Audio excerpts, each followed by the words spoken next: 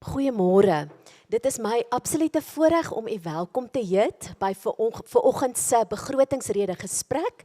Ons is gelukkig nog nie op die lug nie. Pretoria FM is amper klaar met hulle nuus en hulle sport, so ek wil baie vinnig net aan bestuurslede van Akademia, Marula FM en Marula Media en Pretoria FM, maar gelukkig is ek nie op die lug nie, 'n baie welkom sê. Dis ons voorreg om ons tweede jaar saam met hierdie media vennote die begrotingsrede aan te bied en dis die 6ste jaar wat Akademia reeds met 'n paneelkundiges ons begrotingsrede aanbied. So die van julle wat vanoggend so bietjie geluister het, sal weet, terwyl ek die lang pad geneem het van Linwood af, Centurion toe, het ek gedink, dit is daarom baie woes, dat ons nou ekstra gaan betaal vir petrol. Gelukkig rook ek en drink ek nie, so daar's 'n bietjie verligting, en ek verstaan, daar's 'n rookie wat trek, volgende jaar gaan damp rook toestelle ook ekstra belasting, so dis 'n baie goeie ding, dink ek. En dan is dit wonderlik, ons gaan nog verder ry na ons nuwe kampus toe, maar ek sien, Zander is klaar hier, Zander Botha, ons skenkingsfondsbestuurder, so as u enige skenkings vir ons nuwe kampus wil maak, is daar 'n groter belastingverligting of afskrywing as wat daar in die verlede was. So interessante nuus, laas jaar het ons 'n wonderlike gesprek gehad, sonder 'n begroting. Hierdie jaar weet ek, ons paneelkundiges gaan 'n wonderlike gesprek met ons nuwe opwindende begroting. Miskien lyk dit juist so goed, omdat ons RNE goed werk. Monica gaan dalk vir ons daarop 'n bietjie meer inligting gee. Prof Janie Rousseau. Ons het vir Monica Meinhardt, Pieter Janse van Rensburg en Rika Kalitz, en hulle sal voorgestel word deur Susan sodra ons op die lug is. Goeiemôre, ek is Susan Botha en baie welkom by hierdie paneelgesprek regstreeks op Pretoria FM, Marula Media, YouTube en ook in samewerking met Akademia. Baie dankie vir elkeen wat hier is. Nou, die minister van Finansies het nou gister die mediumtermyn begrotingsraamwerk in die parlement ter tafel gelê. En die reaksie op die begrotingsrede is gemeng. Belastingverligting word deur baie verwelkom, maar daar is steeds kommer oor Suid-Afrika se stadige ekonomiese groei. Die regering het 'n belastingverligting aangekondig wat huishoudings en ondernemings kan bemoedig, maar kritici sê die verwagte groeisyfers bly te laag om werklik 'n beduidende verskil te maak. Tergelykertyd bly staatsskuld en skulddiens 'n groot drukpunt in die nasionale begroting, terwyl infrastruktuur, besteding, werkskepping en sosiale dienste tydens lae groei onder spanning verkeer. Nou, wat beteken dit vir Suid-Afrikaners, vir my en vir jou? Die paneel wat die begroting in perspektief gaan plaas is, en ek verwelkom dan vir professor Janie Rousseau, ereprofessor van Wits Besigheidsskool en ekonoom verbonde aan Altitude Wealth. Pieter Janse van Rensburg, goeiemôre aan jou, AJM SA direkte en ook indirekte belastingpraktyk vernoot en lid van die Belastinghofbank. Dan ook Monica Meinhardt, meningsredakteur by Marula Media, en dan Rika Kalitz, departementshoof ekonomiese en finansiële wetenskappe by Akademia. Rika, verlede jaar toe ons hier gesit het ons nie 'n begroting gehad nie. Vanjaar het ons baie om oor te praat. Ja, dankie Susan, en dankie ook vir jou inleiding. Het som dit eintlik so goed op. Ek wil vir ons paneellede sommer vlugtig vra oor ons praat en ons reaksie op die begroting was baie vinnig om te sê dit was 'n goeie begroting. Ons sien dat daar meer inkomste ingevorder is, en dit is deels omdat die Suid-Afrikaanse Inkomstediens goeie werk doen en ook die kommoditeite, en ons sien dat daar die rand het versterk. Daar is heelwat reaksie op die mark na gister se begroting. Ons is van die gryslys af, die inflasiekoerse wat aangepas is, so als lyk op die oog af goed. Maar Monica, ek wil sommer vir jou vra, is dit werklik goed of is ons standaarde net laag? Die antwoord op daai vraag is ja. Ek dink die begroting lyk definitief beter en daar is relatiewe konsensus dat dit 'n goeie begroting was onder die omstandighede. Dit is 'n goeie begroting gegee die geskiedenis. En ek dink dit is ongelukkig so dat dit in die afgelope paar jaar het ons standaarde verlaag omdat ons regtig gesit het met fiskale en ekonomiese vooruitsigte wat regtig benard was. En ek dink ons is in 'n posisie waar 'n mens positief, jy kan optimisties wees, versigtig optimisties, dat dinge wel kan verbeter. Ek dink daar's 'n sameloop van omstandighede wat veroorsaak het dat dit wel 'n beter begroting is. Nou is 'n mens in 'n posisie waar jy eerstens moet probeer beantwoord hoekom, wat het verander dat ons nou sit met 'n begroting waar die regeringsskuld vir die eerste keer in 17 jaar nie verhoog het nie. Wat het gebeur dat ons op 'n skynbaar beter plek is? En ek dink dit is 'n belangrike deel van die gesprek vandag, maar kortom, daar is groen lote, ons moet hulle nou net nie stikkend trap nie. Professor Rousseau, ons praat van skuld wat nie verhoog is nie, maar ons sit nog steeds op 'n skuldlas van 77,6% van BBP. En so ja, dit het nie verhoog nie, maar dit is steeds geweldig hoog, saam met 'n baie lae ekonomiese groei indien wel enige. Baie dankie vir die uitnodiging om hier te praat vanoggend. Dit is baie lekker om hier te wees. Ek het gedink ek moet praat vanoggend oor hidden in plain sight. Ek weet nie wat dit in Afrikaans is nie. Wat is daar in die begroting wat ons nie dadelik raak sien nie? Ons kan later ietsie daaroor sê. Maar ek het nou 'n baie mooier tema. Beter is nie goed nie. Better is not good. Hier is 'n misverstand rondom hierdie skulding wat die minister 'n groot gewag van gemaak het. Die skuld neem toe. Die skuld neem egter af as persentasie van BBP. Maar ook nie sommer nie hierdie jaar nie, soos gebruiklik volgende jaar. So die minister het beloof dat die skuld BBP verhouding volgende jaar gaan verbeter. Nou jy weet, ek gaan volgende jaar ophou rook en ek gaan volgende jaar ophou alles, net nie hierdie jaar nie. So dit maak my bekommer, iets hidden in plain sight. Hy het 'n groot gewag gemaak van iets wat eintlik nie gebeur nie. Die skuld neem steeds toe. Die skuldverhoudings verbeter wat bietjie iets anders beteken. So dis die een ding wat ek van my hart af moet kry. Die ander ding wat ek van my hart af moet kry is hoewel almal BTW betaal, is ons persoonlike inkomstebelastingbasis baie smal. Ons het baie min persoonlike inkomstebelastingbetalers. Dis mense wat se belasbare inkomste in hierdie komende jaar bo R99,000 per jaar gaan wees. Daar's so rieweg 7 of 8 miljoen uit 'n bevolking van so rieweg 65 miljoen. Uit daai 7 of 8 miljoen is daar egter 267,000 individue wat meer as 1,5 miljoen rand belasbare inkomste verdien. Daai groep mense betaal 282 miljard rand belasting. Dis 33% van Suid-Afrika se persoonlike inkomstebelasting en 15% van totale belastinginvordering van hierdie regering. So hier's iets verskriklik verkeerd. Dis goed, it's hidden in plain sight, maar wat ons nie oplet nie, maar ja, in die globaal gesien lyk dit nou beter as byvoorbeeld 5 jaar terug. Dit lyk of die regering die boodskap gekry het dat hulle nie kon voortgaan op die traject wat hulle was nie. Ons gesels 'n bietjie oor daai noue belastingbetalers, Pieter, want soos wat prof nou gesê het, as ons praat van 270,000 mense in Suid-Afrika wat belasting betaal en die persoonlike inkomstebelasting maak deel uit van 37% van die staat se totale inkomste. So in wese dra 270,000 mense, inteendeel, prof het nou gesê 33% of hoeveel of 2% van daardie 270,000 mense dra by tot 33% van die persoonlike inkomstebelasting. So ons kan eintlik sê dat 5,000 mense in Suid-Afrika dek 32% van die staat se inkomste. Ja. Nee, Rika, dit is 'n geweldige probleem. Wat as mens kyk na die belastingbasis, dit is daai belastingbasis bly krimp. Ook as jy kyk na die ekonomiese groei en die bevolking wat bydra tot daai spesifieke belastingbasis. Ek het bevrees dat as mens kyk na die toekoms, dan is daar nie vir ons veral op die individue op die natuurlike persone vlak aanduidings dat daai belastingbasis gaan verbreed nie. Ons het 'n geweldige klomp hoë welvaart individue wat besig is om ons land te verlaat. Die investering is nie, hulle investering gaan ook na die buiteland toe. So dit is 'n geweldige probleem om daai belastingbasis te verbreed. Waar ek voorspel ons belastingbasis in die toekoms verbreed kan word, is ongelukkig maar deur indirekte belastings. Nou indirekte belasting, BTW, douane en aksies is nie gewilde belastings, veral in politieke konteks in 'n verkiesingsjaar om te verhoog nie. Maar dit is ongelukkig waar ons heil gaan lê. Dit lê nie by die persoonlike inkomstebelasting nie. Ja, dit dra die meeste by op hierdie stadium nog en dit is al vir baie jare wat die tendens is. maar is verseker nie volhoubaar nie.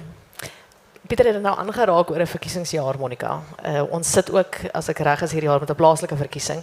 Het die begroting, sou jy dink die begroting was 'n bietjie aangepas en dis in die agterkop van die ANC gewees? Ja, ek dink is interessant want ons is tans in 'n verkiesingsjaar, maar ek dink meer as die opkomende verkiesing wat 'n impak op die begroting gehad het, die vorige een nog steeds 'n impak op die begroting gehad. Verlede jaar het ons nie 'n begrotingsrede gehad nie omdat dit die eerste begrotingsrede is wat die ANC moes deurvoer met RNE vennote en dit was absolute chaos. Maar die werklikheid van die 2024 verkiesing sit nog steeds met die ANC en ek dink dit is een van die grootste faktore wat uiteindelik 'n impak gehad het op die feit dat die begroting uiteindelik beter begin lyk. En goed is nie beter nie, maar in hierdie stadium is ons optimisties. Ons vat wat ons kan kry. En ek dink die ANC het iewers die werklikheid hulle doeteenvoudig begin inhaal en as 'n mens luister na die staatsrede wat president Cyril Ramaphosa vroeër vanjaar gelewer het plus die begrotingsrede was daar verbasend baie verwysing na die privaat sektor en die rol van die privaat sektor en dit is nie iets wat 'n mens as 'n gegewe moet aanvaar nie, veral gegee die ANC se geskiedenis en die geskiedenis van hulle houding teenoor die privaat sektor. So ek dink hulle is onder enorme druk en die aanpassings wat hulle wel maak en waarskynlik meer gaan maak, die toegewings teenoor die privaat sektor, gaan nie noodwendig oor die feit dat hulle skielik die ideologiese lig gesien het nie, maar eerder dat hulle dit sien as 'n manier om hulle laaste poging om aan die mag waaraan hulle wel nog vasklou om verder daaraan te kan vashou. So ek dink daai toegewings moet ons sien as 'n middel tot 'n doel vir hulle, maar dit gaan ongelukkig nie so eenvoudig wees om dit weer terug te draai soos wat ek dink hulle dink dit gaan wees nie. Prof Rousseau, om daardie ekonomie te laat of die ekonomie te laat groei, sou die belang van die privaat sektor of die verhoging van die belang in die privaat sektor belangrik wees of moet ons die werksmag uitbrei om die belastingbetalers te verhoog? Ja, kyk, as jy nou met die sosialiste daar by Wits praat, gaan jy nou heeltemal 'n ander antwoord kry as wat jy by my gaan kry. Maar by my gaan jy volgende antwoord kry. Ons moet die ekonomie laat groei deur privaat sektor belegging sodat hulle mense in diens kan neem, sodat die werksmag kan groei, sodat mense kan wees wat belastings betaal. Ek bedoel, baie eenvoudig. Ja, my sosialiste, my kollegas daar by Wits praat, want hulle heeltemal ander modelle. Nou ek argumenteer nie met hulle nie. Want hulle trek jou af na hulle vlak toe, rol jou in die modder en net hulle geniet dit. Maar dit nou daar gelaat vir die oomblik, maar ons moet om dit reg te kry, moet ons plaaslike owerhede laat werk. Wie gaan 50 sent in Johannesburg belê as daar nie water is nie? So as plaaslike owerhede werk, dan gaan daar belegging wees. Belegging gaan werk skep. Gaan ons werkloosheidsprobleem oplos. Belegging gaan die ekonomie laat groei, dan gaan ons belastingbasis laat groei. Ja, is egter 'n ander punt wat ek ook net van my hart af moet kry. Hidden in plain sight, daar is nogal baie groot valuta beheer verligting gegee in hierdie begroting. Ek dink dit is verskriklik positief. Dit dui op 'n regering wat vertroue in sy eie vermoë het. Ek sou graag wou gehad het valuta beheer moet volledig afgeskaf word. Dis nie volledig afgeskaf nie, maar daar's groot verligting gegee. Dit beteken dat die beleid wat in 1995 aanvaar is van geleidelike valutabeheer verslapping, wat eintlik hier by 2005 of 8 rond, hulle eintlik 'n bietjie van vergeet het, terug is op die tafel en dat daai debat weer kan begin en ook oor volgende stappe praat. Mas baie positief. Dit is my ook positief omdat ek teen inflasie is. En jy moet altyd onthou om hoë inflasie in 'n land te hê vir 'n lang tydperk moet jy valuta beheer hê. Soos wat Suid-Afrika gehad het van 1970 tot 1990. Ons gemiddelde inflasiekoers was 12.3% per jaar. Hoekom die regering dit kon regkry is met valuta beheer kom mense nie hulle geld uit die land uitneem nie. Maar as jy nie valuta beheer het nie en jy het swak beleid en hoë inflasie, vat die mense eenvoudig hulle geld. So dit dui ook op vertroue vir toekomstige fiskale beleid en toekomstige monetêre beleid. So vir my is dit belangrike simboliek. Dis nou in hierdie geval wat dit sommer beter en goed is. Rika, ek wil aansluit by professor Janus. Ek kan nie in die posisie was dat ek Walita Beheer môre onmiddellik geskraap. Dis 'n 1933 stuk wetgewing wat kennelik deur regulasies elke jaar aangevul word, maar dit is 'n geweldige streaming op hierdie stadium. Die toelaag vir natuurlike persone is verhoog van 1 miljoen na 2 miljoen rand. Nou, dit klink asof dit 'n baie goeie verhoging is. Dit gebeur ongelukkig net te stadig. Ons het in 2017 en 2018 het hulle gepraat van die sogenaamde Capital Flow Management System. Dit is eintlik maar net prosesse wat die Reservebank in plek wou gesit het, dat ons kan beweeg na 'n positiewe stelsel in plaas van 'n negatiewe stelsel. Tans is alles effektiewelik verbied sonder dat jy toestemming kry. Nou hulle werk na 'n stelsel toe waar alles goedgekeur is tensy dit spesifiek dan verbied word. Maar ons is weer amper 10 jaar na daai aanvanklike gesprek het. Dit gebeur bloot net te stadig. En die stadige pas waarteen dit plaasvind en wat dit op 'n praktiese vlak gebeur met die gemagtigde handelaars, wat maar tipies die banke is wat polisieman speel tussen die publiek en besighede en die Reservebank dan op die ou end. Daar is 'n wantroue tussen besigheid en die gemagtigde handelaars op hierdie stadium, want transaksies word nie deurgevoer nie. Transaksies wat tipies in die buiteland 3 na 6 maande sal implementeer, vat in Suid-Afrikaanse konteks 18 maande na 2 jaar toe as gevolg van Walita Beheer. En dit skep ongelukkig wantroue. Die stelsel, hoe ons dit tans het in terme van goedkeuring, is net heeltemal oorlaai. Daar's 7 of 8 kommersiële banke wat transaksies kan goedkeur of na die Reservebank toe vat. En ons het duisende transaksies wat moet plaasvind. Die pas van hervorming in Walita Beheer is ongelukkig net te stadig. Kennelik, ons beweeg in die regte rigting. Toelaas is verhoog, as bietjie verslapping in regulasies, maar dit is ongelukkig met stelsel waar ons ekonomiese groei nodig het, waar ons buitelandse direkte investering nodig het, moet dit eenvoudig net vinniger gebeur. Ek wil net nog 'n punt oor Walita Beheer maak wat my nou al 50 jaar lank verbaas. Ek het so 'n bietjie geswat daar by Tikkies en toe later by KwaZulu-Natal en so aan. En toe vind ek eendag uit tot my verbasing, jy kan enigiets swat. Want ons praat vandag hier by Akademia, jy kan wonderlike goed swat hier by Akademia, maar jy kan nie bekom Walita Beheer swat nie. Hierdie stelsel is van nie die 33 af al in plek, en daar is nog nooit 'n graadkursus in Walita Beheer aangebied nie. Die rede daarvoor het ek toe uitgevind, is dis altyd vir mense vertel, is 'n tydelike stelsel wat gaan verdwyn. So niemand wou hulpbronne belê aan die een kant om 'n kursus te ontwikkel nie, en niemand wou dit swat nie, want hulle het gedink hulle kennis gaan obsolet raak. Wat is die mooi woord vir obsolet? Gaan onnodig, oorbodig raak. Maar ons het die stelsel al amper 100 jaar, maar omdat daar elke keer vir ons vertel is, dis tydelik, het niemand ooit in die opleiding rondom Walita Beheer belê nie. En dit is ook een van die groot tekortkominge, die kennis oor Walita Beheer is absoluut in die Reservebank gemonopoliseer. Hulle is soos oudtydse hoëpriesters gewees. Net hulle het die Bybel gehad, en net hulle mag in die Bybel gekyk het. Nou, dit het daarom in die laaste tyd verander, maar dan kon hulle sê, ja, jy het gesondig, of nee, jy het nie gesondig nie.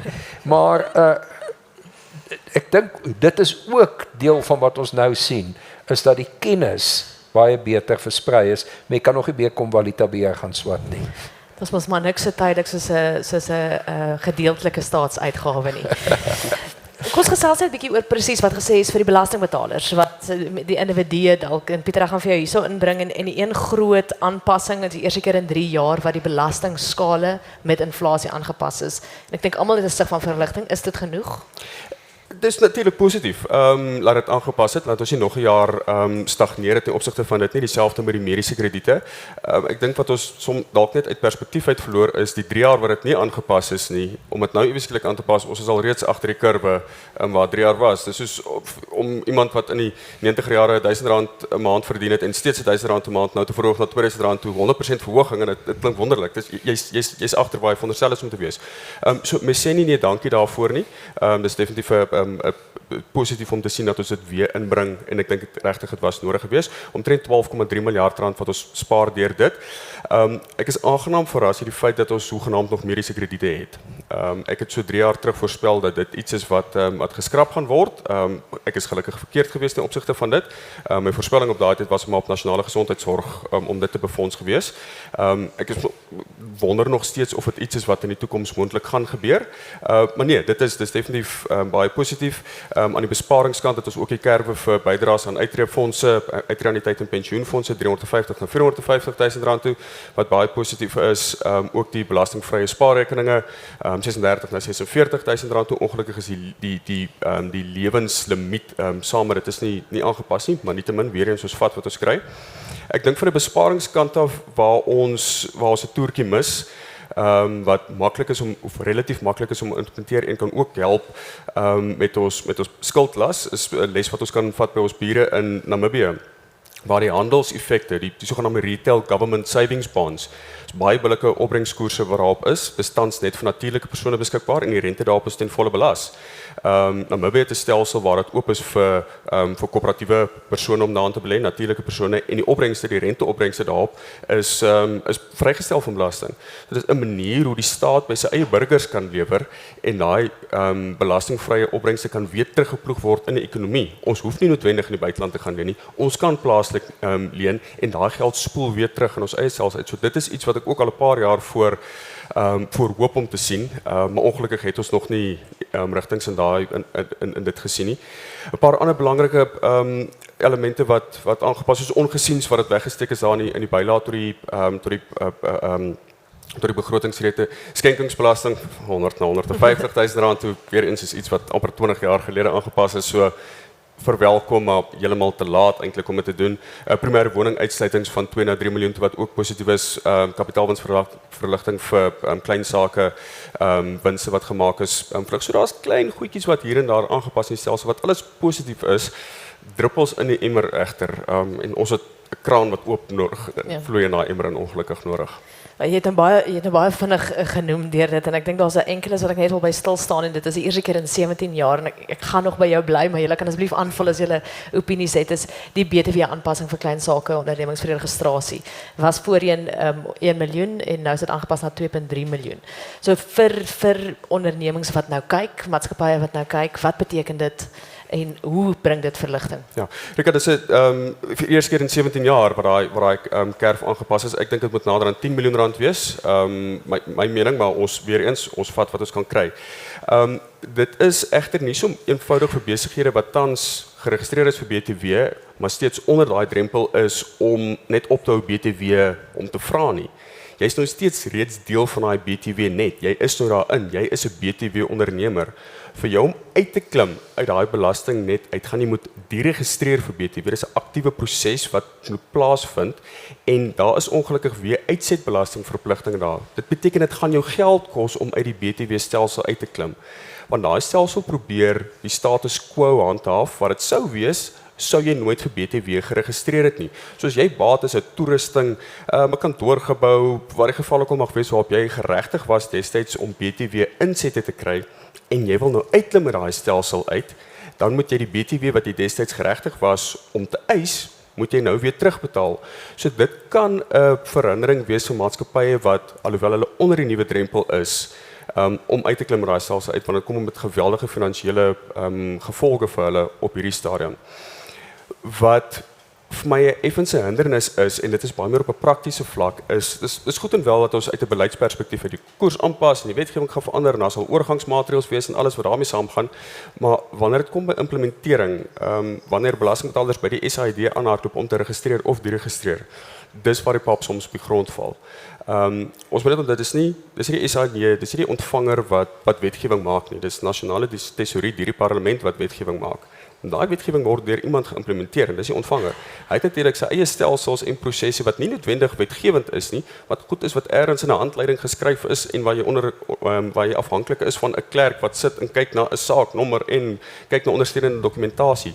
So uit 'n beleidsperspektief uit, yes, dit klink goed en dit is positief, maar soos Engels sê, the proof will be in the pudding, as mens by die SAID aangehardloop kom of dit deregistreer of herregistreer, om te kyk of hulle werklik met sy hand vat en deur daai proses gaan, want op hierdie stadium is dit absolute nagmerrie. Belasting, dis een van die goed waaroor belastingpraktisyns die meeste aan in die lig is die proses van BTW en registrasie. So ons sal sien hoe dit uitspeel in praktyk. Kan ek net, ek weet nie of jy weet nie, ek het dit versoek in die begroting, ek het dit nie gekry nie. As jy nie weet nie, dan moet ons maar vir iemand anders na die tyd vra. Maar op die oomblik is 'n individu nie belasbare inkomste bo R1 miljoen kry, moet daai individu ook vir BTW registreer. Byvoorbeeld direkteursfooie en so meer. Geld daai 1 miljoen uitgebrei na 2.3 miljoen ook vir individue of net vir maatskappye? Ja, dit geld vir enige persoon wat 'n onderneming bedryf. Nou dit kan ook individue wees wat dienste lewer. So dit behoort dan vir individue ook te geld. 100%. So dis positief. ja, so die toets vir of 'n transaksie of 'n diens of goedere BTW hefbaar is of nie, is of 'n deel is van 'n sogenaamde enterprise of 'n onderneming. En daai enterprise of onderneming kan deur selfs 'n nie-inwoner kan 'n bedryf in Suid-Afrika hê. Maar die goeie nuus is dit geld nie net vir besighede nie, dit geld dan vir individue ook. 100%. Min mense weet van hierdie ding dat individue eintlik moet registreer. Baie min mense weet van dit. Maar so dit geld vir individue ook is jou 100%. interpretasie. Dankie Ja. Pieter. Dankie. Ek dink daar is heelwat belasting, die gewone sondebelasting aanpassing en dit raak gewoonlik al die individue, maar ek wil by jou stil staan Monica oor die ander groot las op ons begroting of die groot uitgawe op ons begroting is die maatskaplike toelaas. Ons het geweldig baie persone, ek dink in totaal van 40% van Suid-Afrikaanse burgers is afhanklik van maatskaplike toelaas. Is dit iets wat ons kan aanhou doen? Ja, so jy het vroeër die opmerking gemaak dat daar niks so permanent soos 'n tydelike regeringsprogram is nie en ek dink dit is die moeilike situasie waarin ons maar die regering ook sit is. Die bietjie ruimte wat hulle wel gehad het en dis my mening is die bietjie ruimte wat hulle wel gehad het om veranderinge aan te bring, het hulle positiewer besluite geneem. Daar's sekere goed wat hulle weens hulle geskiedenis as regering en net die ongelooflike sosiale onrus wat dit sal veroorsaak wat hulle nie kan aanpas nie. En een van daai goeders is maatskaplike toelaas. Dit is een van die laaste goed waarna hulle kan sny, veral op 'n drastiese manier in 'n begroting.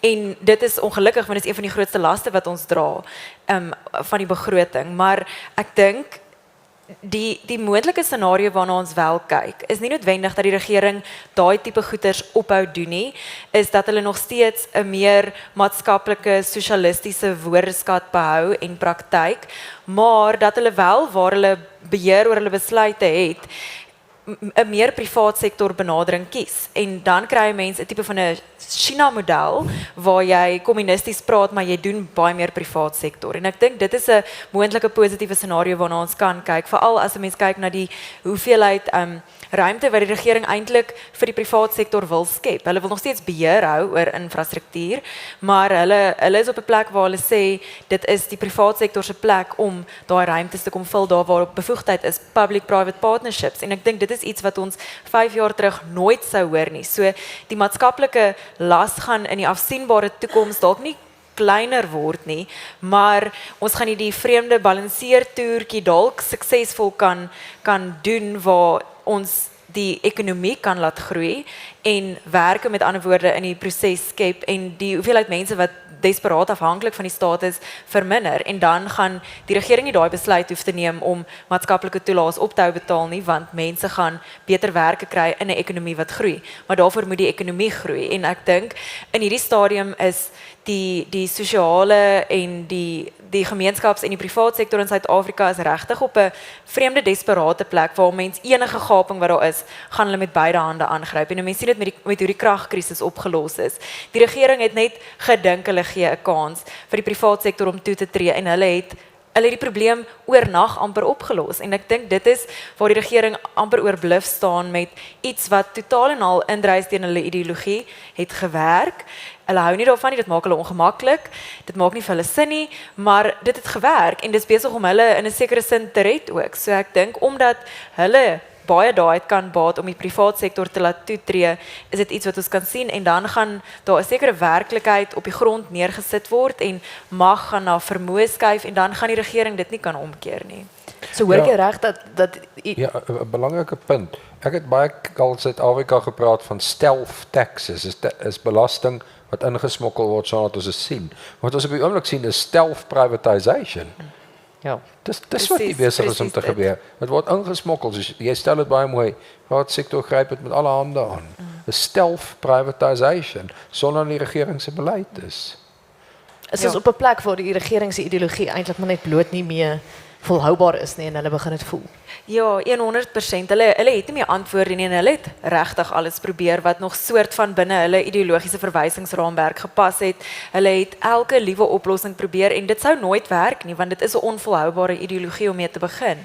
En ek dink dit is hoekom ons regtig dankbaar kan wees in Suid-Afrika en daar's twee dele daarvan, dankbaar vir hoe ongelooflik weerbaar en veerkragtig ons gemeenskapssektor en privaat sektor is, want elke stukkie vooruitgang wat ons beleef het die afgelope 10-15 jaar was ten spyte van die regering. Hulle het dit so moeilik as moontlik en so ondraaglik as moontlik gemaak om vooruit te gaan en ons het dit nog steeds reg gekry, soort van. En ek dink as ons 'n geleentheid gaan kry om dit net aan te gryp, gaan die regering niks daaraan kan doen nie. En ek dink dit is hoekom dit is nog nie goed nie, maar daar's regtig positiewe vooruitsigte dink ek in hierdie opsig. Prof Janie, maar ons het gepraat van die noue belastingbetaler. Ons het nou sit ons met welstandstoelae persone wat afhanklik is van welstandstoelae van 26.5 miljoen en waar ons 'n werksmag het van 17.1 miljoen mense. So vir elke persoon wat werk is daar 1,5 wat afhanklik is van die staat en ons het vroeër genoem dat slegs 270.000 belasting betaal. Dit raak amper onmoontlik om te sien hoe die ekonomie kan groei met daai syfers. Nee, absoluut. Ek het so 10 jaar terug hierdie gedagte gehad van die fiskale afgrond. Ek is verguis daai tyd daaroor. Nou erken die tesourie aan my ek was reg. Hulle was verkeerd dat die beleid intussen verander het. Maar op daai stadium het ek reeds uitgewerk dat as die trajectorie voortgaan, dan gaan ons op staatsdiens salarisse, sosiale toelaas en rente meer as 100% van alle belastinginkomste betaal. Nou ons het dit daarom afgeweer. Maar dit is baie eenvoudig. Ons kan nie volhoubaar toelaas aan 26 miljoen mense betaal nie. Ek glo jy hoef nie ekonomie een te hê om dit te verstaan nie. Maar hoe om dit op te los is om die ekonomie te laat groei en mense in diens te neem. Maar terwyl ons so van die werkers en die mense praat, is die ander dingetjie wat my bekommer. Ek het in gister se begroting gehoor hulle het 'n klomp spookwerkers in die staatsdiens opgespoor. Nou so hulle is waarskynlik nou ook werkloos, maar hulle was seker heeltyd werkloos. Maar ek wonder nou net, as daar salarisse vir daai spookwerkers betaal is, moes iemand die begunstigdes van daai betalings gewees het. Nou ek wil net weet wie gaan tronk toe. Ons gaan eers 'n kommissie moet stig om dit ek is nou op die punt waar ek wil hê met 'n paar mense tronk toe gaan. Ek sal vir my lekker wees. Ek dink Dr. Groenewald het meer kliënte nodig by gevangenisdienste. So, dit is skrikwekkend, prof. Daar was nie net vir die spookwerkers nie, maar ook vir die staatsmaatskaplike toelaas wat nie reg is. Maar daai spookwerkers, iemand het daai geld gevat. Dis die stukkie wat ek beloor. Ek het gister terloops het nou niks meer begroting doen nie. Ek was by 'n ander konferensie oor artificial intelligence. Kunsmatige intelligensie. En ek het net een ding daar gehoor. Kunsmatige intelligensie is die toekoms. En ek het net een ding besef. Jy kan nie AI in die tronk sit. Daar's nog steeds 'n individu wat met tronk toe gaan. So ek is nou lus dat mense met tronk toe gaan. Die interessante, ons het mense dink is addisionele belastings, nuwe riglyne, nuwe maatreëls. Hoe kan ons die belastingbasis uitbrei? Al daai tipe goed. Dis alles vreeslik filosofies en polities wat mense altyd daar gesels, maar dit om 'n idee te gee hoe maklik dit eintlik kan wees. 'n Kollega deel vanoggend met my so die laaste 2 jaar wat ons die globale minimumbelasting. Dis die groot ding gewees en ons het miljoene rande in die navorsing spandeer en ons het wetgewing wat in die verband is. Dit is 'n reuse ding en mense dink hierdie is die nuwe belasting. Vooruitskattings is afgepas van 8 miljard rand na 2 miljard rand. Daai 2 miljard rand word opgemaak deur die 4000 spookwerkers wat nie betaal moet word nie. So ons het 'n hele nuwe belastingregime, belastingstelsel waar ons moet inknoop met die res van die wêreld oor hoe hierdie globale minimumbelasting werk en is reëls en regulasies en maatreëls oor grens in ons moet sê die 4000 effektiewe werknemers moes uitgeskakel en dat ons al reeds daai belasting het ons opgemaak. Dit wys mense net hoe eenvoudig dit kan wees as ons aan die spanderingskant en aan die korrupsiekant maatreëls kan tref. Ons kan nou baie gesels oor die onregmatige handel in veral sigarette en drank en alles wat daarmee saamgaan. Ons gesien BAT wat fabrieke sluit as gevolg van dit en hoeveel dit inkomste wat daarmee verlore gaan. Maar is nie nodig vir nuwe belastings nie of nuwe stelsels nie of hou selfs die belastingbasis waar hy is, maar sny aan die onderkant daai vermorsing. die staatssalarisse selfs, nou ons het gepraat van die spookwerkers, maar dit is selfs groot. Ons het gesien, net om die vergelijking te tref van maatskaplike toelaas wat verhoog is in lyn is met inflasie, wat dan nou rondom 3,4, 3,5% is. Nou, 'n staatstoelaag is hier rondom 2000, 3000 rand, so 3,5% verhoging van dit is maar heel wat klein, teenoor die verhoging wat ons sien by die staatssalaris is 4,4%. En dit is 'n, kom ons sê, R60,000 'n maand vir salaris, 4,4 op dit is heel wat hoër. Hoe is dit regverdig? As ons sê maatskaplike toelaas is vir inflasieverhoging, Monica, maar die staat gaan 'n verhoging hê van 4,4. Hoekom kan hulle nie ook by inflasie bly nie? Ja, ek dink niks daarvan is regverdig nie, Rika. En ek dink dis die ding, is dit dra by tot die morele woede waarin 'n mens in hierdie stadium verval is, want ek dink wanneer 'n mens kyk na hierdie begroting en hoe sleg dit moes gaan vir so lank om enige mate van positiwiteit hierin te sien, besef 'n mens watter verlore geleenthede ons as land het. As jy kyk dat ons dalk ekonomiese groei gaan toon van 1,6%, is dit klink fantasties, ons vat dit. Maar dit is so min in vergelyking met ons eweknie. En is dit optimisties, prof, is dit te hoog? Nee, ek het mal oor jou uitdrukking. Ons is dankbaar, ons vat dit. En dit is nie waar ons moes wees nie. So ek dink dit is 'n baie gevaarlike pad om te stap wanneer 'n mens praat oor die morele reg of onreg van verhogings en belasting en hoeveelhede en die las wat ons dra, want niks daarvan is regverdig of regverdigbaar nie. Ek dink wat ons wel kan doen is om dit vir mekaar te sê en om dan te kyk hoe ons iets beter kan forceer, want dit is die realistiese pad om vir die regering te wag om beter besluite te neem waar hulle self in die proses in die voet skiet of net 'n bietjie minder benadeel is so onrealisties. So dit is een van die laaste maniere hoe ons verandering gaan teweegbring, en ek dink daai morele onreg is wyd en diep onder die mense, en ek dink as 'n mens nou weer kan terugkeer na die feit dat dit 'n verkiesingsjaar is en waar mense op plaaslike vlak moet gaan stem, waar alles rondom hulle uitmekaar val, en dit waar daar wel instandhouding en vooruitgang is dit buite die regering. Dis in die privaat sektor, dis in die gemeenskap, dis in tradisionele leierskap, en ek dink daar moet mens ook net 'n skuif begin aangaan, en ek dink dit is iets wat deurslaggewend positief kan wees, as 'n mens daai boodskap kan oordra, dat jy hoef nie aan die regering deel te neem nie, maar neem aan iets anders deel. Ja, ek wil tog vir jou vra ook, want jy het verwys na die plaaslike regeringsverkiesings, is 'n groot jaar, en jy het ook gesê, soos tereg, daar's dinge wat uitmekaar uitval, infrastruktuur, bestuur vind nie plaas nie, maar daar's ook groot toegewings wat gemaak word vir infrastruktuurverbetering. Maar dan sien 'n mens aan die einde van die finansiële jaar hoeveel geld teruggestuur word na die tesourier toe vir geld wat nie spandeer is nie. So hoe volhoubaar is daardie toegewings om te maak, want dan word belasting ingevorder op plaaslike regeringsvlak. Daardie instandhouding vind nie plaas, die geld word teruggestuur na die tesourier toe. Hoe vind daardie balans plaas en hoe gaan dit reggemaak word?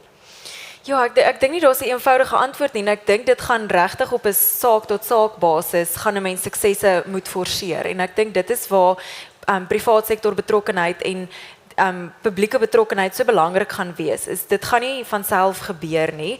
Daar gaan nie oornag beter bestuur in munisipaliteite plaasvind nie, maar daar waar gemeenskappe in die verlede doeteenvoudig ongenaakbaar genoeg was en lank genoeg aangehou het met oplossings waarmee hulle vorendag gekom het, wat hulle in baie gevalle finansier en onderhou en bedryf, daar was suksesse, en dit is nie hoe dit moet wees nie, dit is nie veronderstel om so moeilik te wees om die land basies in stand te hou nie, maar ek dink dit is realisties hoe die pad gaan lyk. Dit gaan stadig maar seker onder die wrakke van die regering, ook op munisipale vlak, uitstyg, omdat daar behoefte is daarvoor. En daar waar die privaat sektor die vermoë gaan hê om water te herstel of om rioolnetwerke te verbeter, gaan hulle kom met oplossings, en hulle gaan dit doeteenvoudig doen. En ek dink, in hierdie stadium is die regering so desperaat dat hulle dit gaan vat.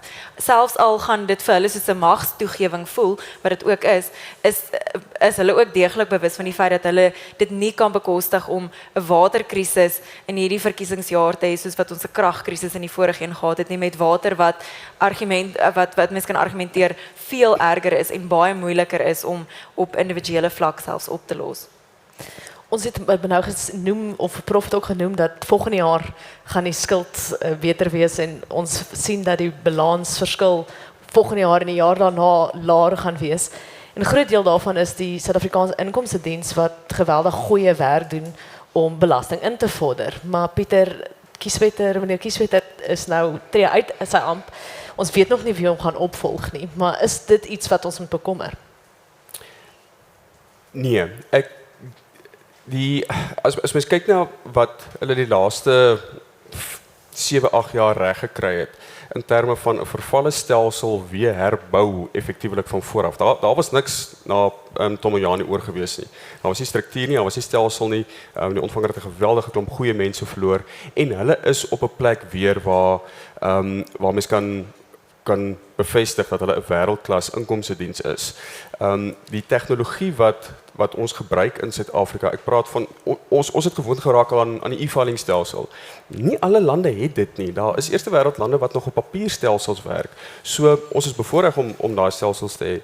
Daar is in die senior strukture by die ontvanger is daar geweldige knap, goed geskoolde persone wat stelsels verstaan en wie mens op 1-tot-1 basis saam met hulle kan werk. Dit is 'n reuse organisasie natuurlik. Soos wat jy in enige ander organisasie gaan kry, gaan jy individue hê wat 'n proses frustreer met wie jy kan werk nie, wat jy verstaan hoe die wetgewing werk en alles wat daarmee saamgaan nie.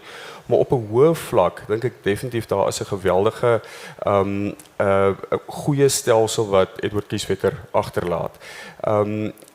Die kommissaris se rol dink ek is ongelukkig soms ook nie net 'n direkte operasionele een nie, dis ook maar 'n politieke spel wat hy speel. Die minister het gister vir Edward Kieswetter baie geluk ook gewens vir sy tydperk daar. Ek dink hy het geweldig goed gedoen. Hy het 'n baie goeie balans gehandhaaf tussen die politieke gedeelte en om weer 'n stelsel te bou wat werk. As mens net kyk in terme van die invorderings wat van 14 miljard na 6 miljard rand waar hulle dit afgedryf het oor die laaste jare. Ja, kennelik, dit frustreer soms die publiek want daar is soms stappe wat geneem word wat so bietjie buite die gewoon is en wat buite wetgewing is wat weer belastingbetalers klomp geld kos om daai posisies aan te beweeg.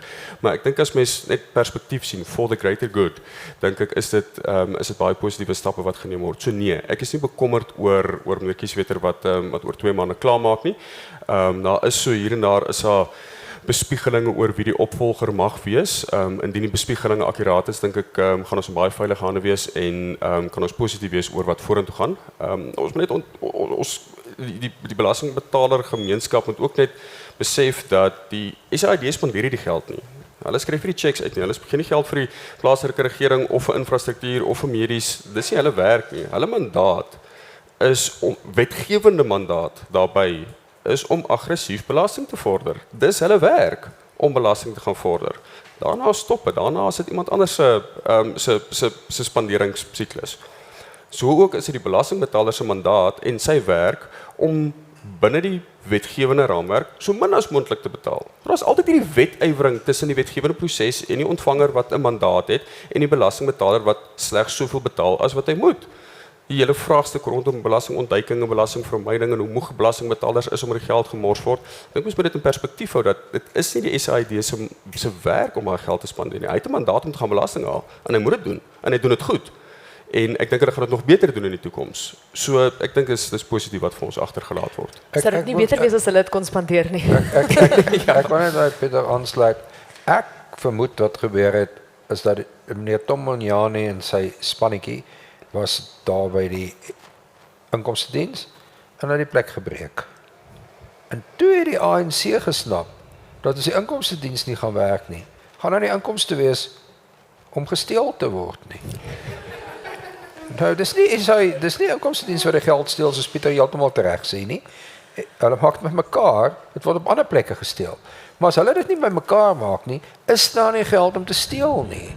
En ek dink om daai rede sal die ANC ten minste nie weer toelaat dat die inkomstediens tot niet gaan nie, want as die inkomstediens tot niet gaan, kan jy nie spanderingskant steel nie.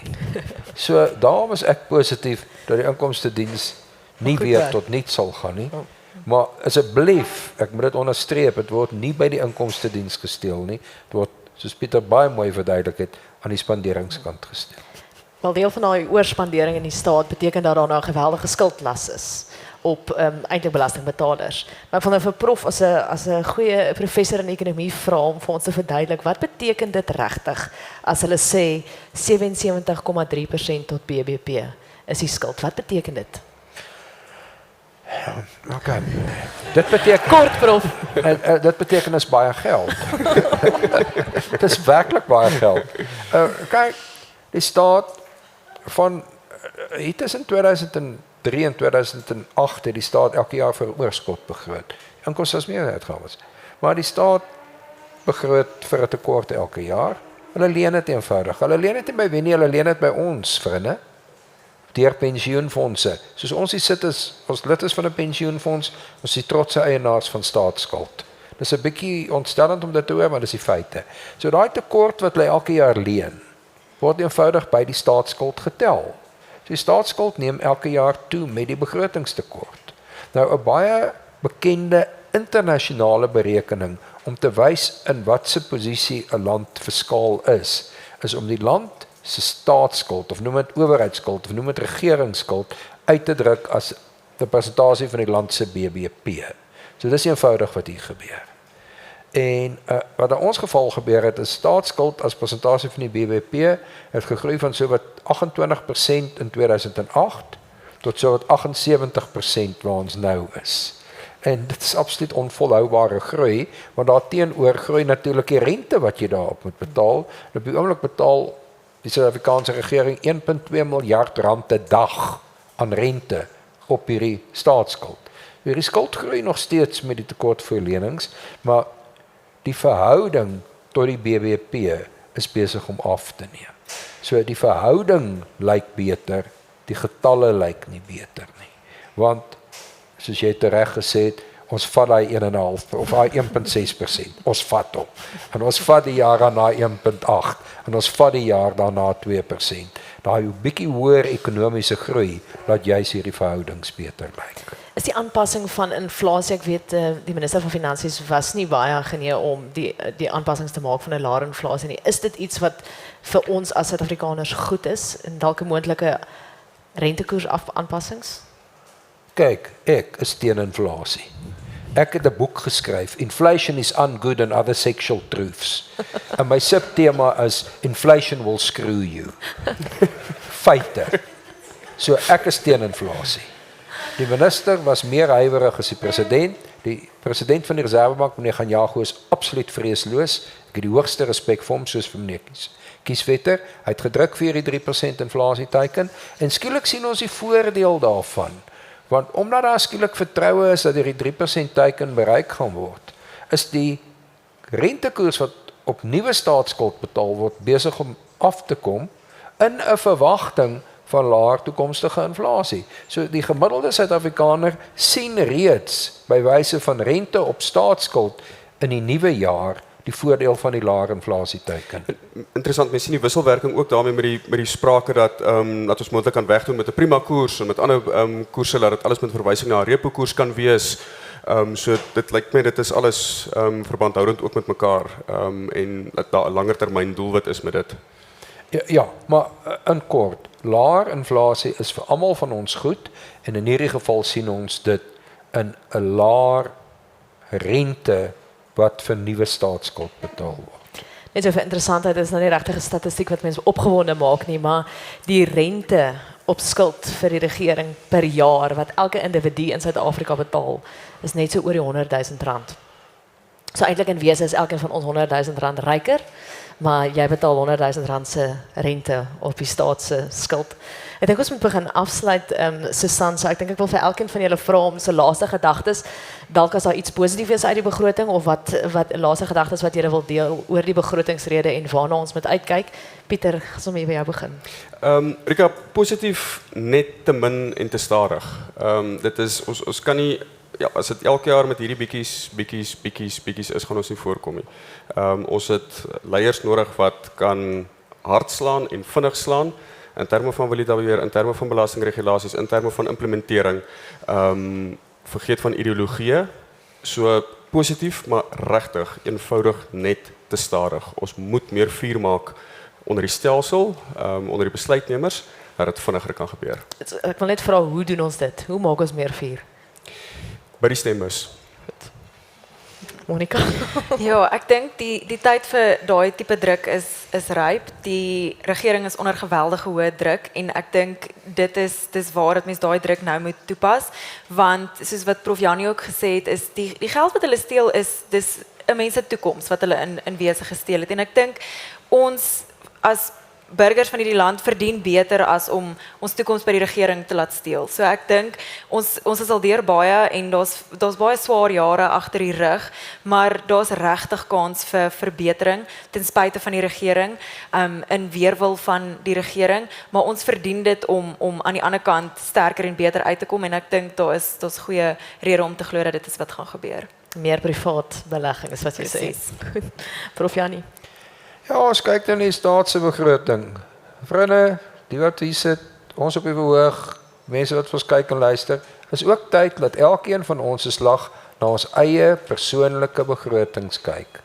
En miskien lyk die staatse finansies beter as ons eie persoonlike finansies. So asseblief, ons moet ook aan ons eie huishoudings dieselfde dissipline toepas as wat ons van die owerheid op nasionale vlak verwag.